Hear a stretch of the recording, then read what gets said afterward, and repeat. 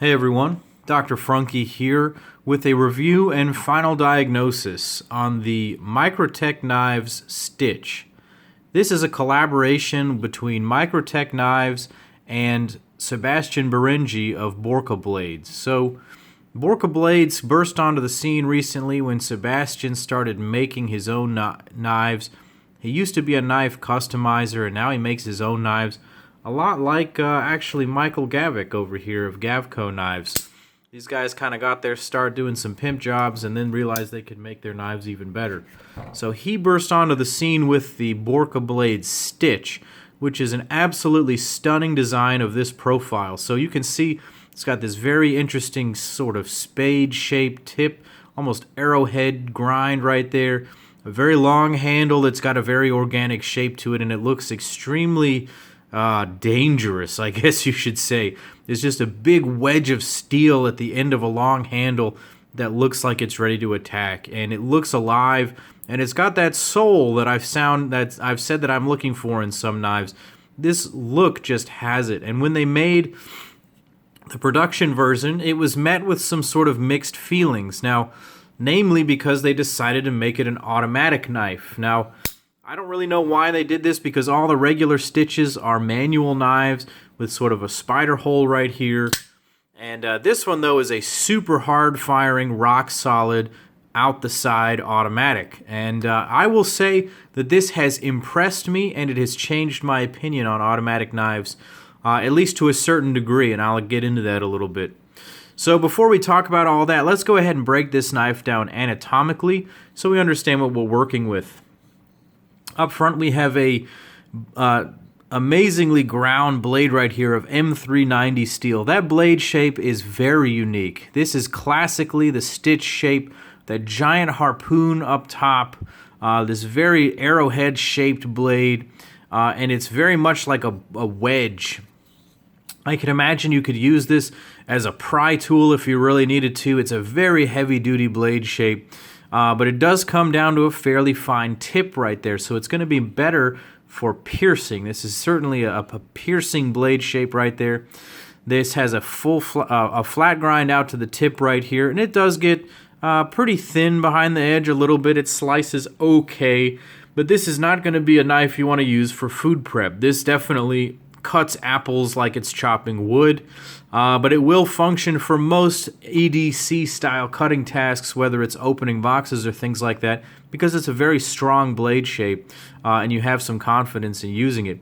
You have that confidence because of how the hand fits on those grooves and everything. That blade shape is unique, but it's extremely ergonomic, and it shows that Sebastian has a good mind for ergonomics and hand comfort. So when you choke up on the knife, the large finger choil up here and the big harpoon up here allow you to grab the blade and hold it really, really nicely. I enjoy that a lot, and it allows you to get some really nice push cuts. Now, mind you, you're not going to be pushing something that's going to hit your thumb, but if you're opening or cutting down a box, this is beautiful. Like, you can do it all day. And the blade is super sharp. It came very, very sharp from the factory.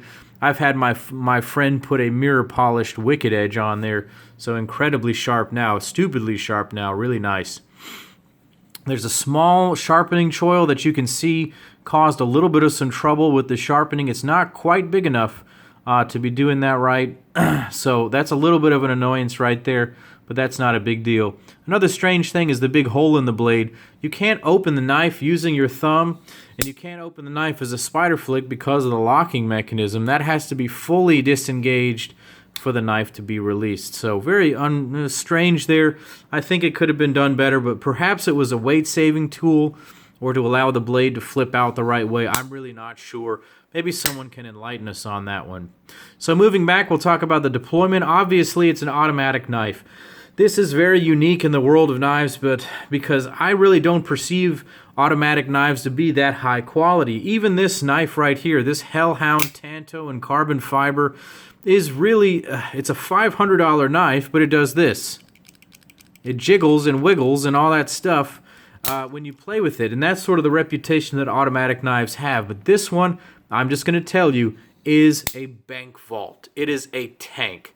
It locks up solidly both in the closed and the open position, no blade play at all. It is super, super strong. I just get the sense that this is a really unstoppable knife. And when it locks open like that, that super strong spring really just impresses the hell out of you, and you got to be ready for it. I bet if you have a weak grip, it's going to fly out of your hands, because that is a strong action right there. I really enjoy it. Now, the button is very safe. You can't partially deploy the button. It has to be fully depressed, and you have to push it in rather far. So even if it's in your pocket and you sort of depress the side of it, I'm pushing on it pretty hard here, it's really not going to deploy. You have to push it all the way down and then even past the scale right there to really make it deploy. So it's pretty safe, and I do like that. I have not taken this knife apart to see if there are phosphor bronze or Teflon or whatever kind of washers in there. Maybe somebody else can tell us that.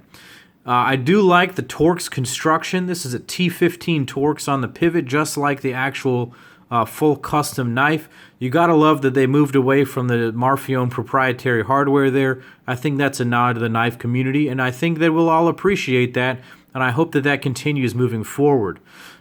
Looking at the handle here, we have some 5-inch slabs of some interesting aluminum alloy.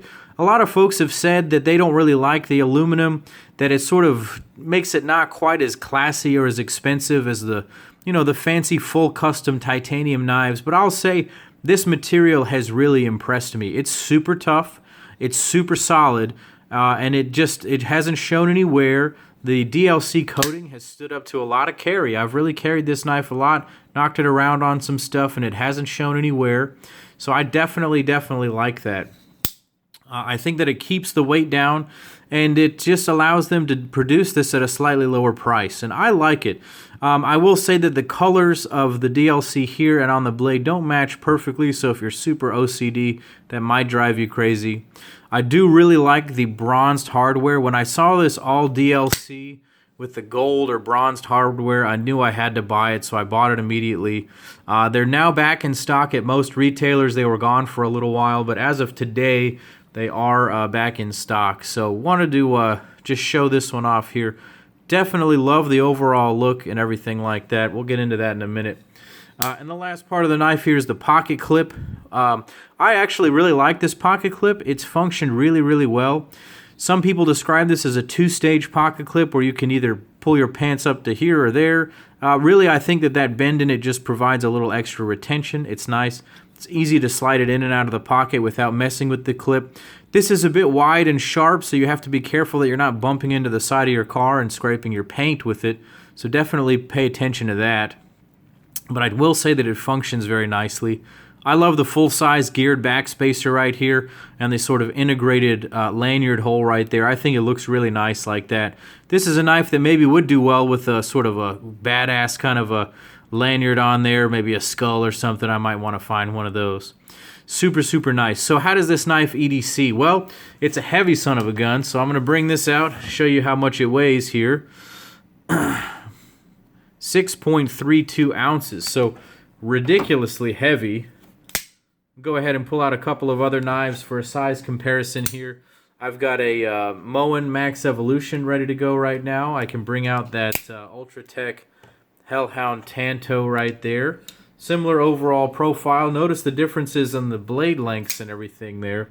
I've got a Kaiser Megatherium in right now that's a remarkably similar blade. When I put these side by side, I was kind of blown away. Here I've got a 0392, one of my favorite 3.5-inch knives right there. For fun, I'm going to bring out the Robert Carter and Frank Fisher knives Talon. So it's a pretty big knife, and it's very heavy, so you really need to be knowing what you're buying. And so what is my final diagnosis on this knife? Well, it's everyday badass. And so that means that you can carry this knife pretty well as long as you're understanding that this knife is meant to be just badass at all times. It's big, it's heavy, it's mean looking, it's aggressive, but it cuts well. It's super comfortable in the hands. Microtech has executed a beautiful knife with excellent quality in this, and I absolutely love it. It has blown away my expectations of an automatic knife, and I absolutely adore this knife. So Thank you guys for watching. If you're on the fence about picking this knife up, I say get one in your hands. It's $400 at most retailers, and it's worth every penny. So click like and subscribe to my channel, guys. Check me out on Instagram. And as always, guys, this is Dr. Frunkey saying take care.